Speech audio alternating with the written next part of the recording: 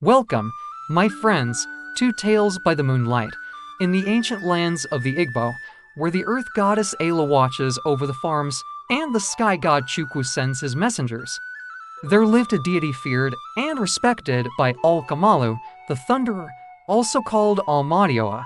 He speaks with the roar of thunder and judges with bolts of fire from the heavens. His symbol is the white ram, pure and unstoppable tonight.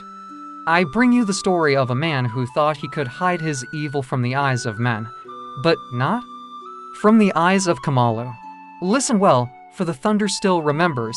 In a village called Umora, nestled between rolling hills and thick forests, lived a man named Okiki. Okiki was clever with his hands. He could weave baskets, carve masks, and trade far beyond the village borders, but his heart had grown bitter years earlier. A great famine had taken his parents, and he blamed the village elders. From that day, Okiki swore he would take what he believed the world owed him. He began small, stealing yams from neighbors' barns at night. Then, bigger, he would poison a rival's crops, blame witches, and buy the land cheaply. Soon, whispers spread, Okiki grows rich while others suffer. But no one could prove it. He swore innocence at every village meeting, and the elders, lacking evidence, let him be. One dry season, the worst drought in memory struck. Rivers shrank, crops withered, children cried from hunger. The village oracle consulted Ayla and declared, "A great wrong hides among us. Kamalu will reveal it when the time comes." Okiki laughed in secret. "Let thunder come," he muttered. "I fear no god." Okek's greed peaked during the drought. He discovered an ancient silk cotton tree on village land, said to hold sacred thunderstones from Kamalu himself. Legend warned, touch what belongs to the thunderer, and lightning will find you. But Okiki dug beneath its roots at midnight and unearthed a small cache of cowries and brass rods, offerings long buried for the deity.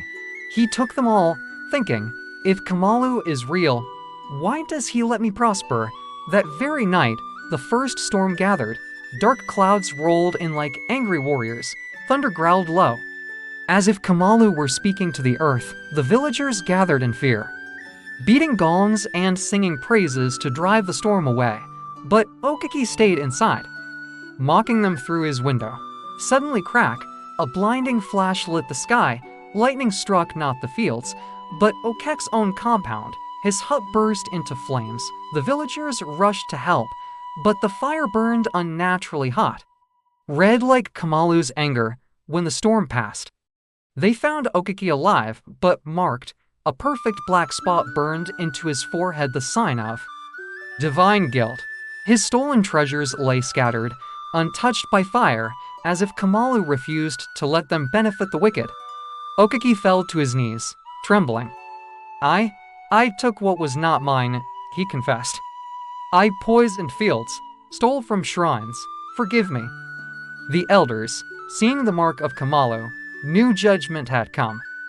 They did not bury him when he died soon after from shame and fever. His body was left at the edge of the forest, unmourned, as custom demanded for those struck by the thunderer. His property went to the shrine priests to cleanse the land. But the story does not end in destruction. The next morning, heavy rain fell clean. Life-giving rain that ended the drought. Crops revived. Children laughed again. The village understood Kamalu had spoken, not out of cruelty, but to restore balance. The silk cotton tree, though scarred, stood taller. New offerings were placed beneath it. And from that day, whenever thunder rolled over Umora, mothers would tell their children, listen to the sky. That is Kamalu reminding us, do not hide evil in your heart. Justice walks silently until it roars. And so ends the tale of Okiki and the wrath of Kamalu. Moral: no secret stays hidden forever. What you do in darkness, the thunder will one day bring to light. Honor truth, respect community, and fear only the wrong you do. Thank you for joining me by the moonlight. If this story touched you, drop a like, subscribe, and share your own village tales. Until next time, may peace and justice walk with you.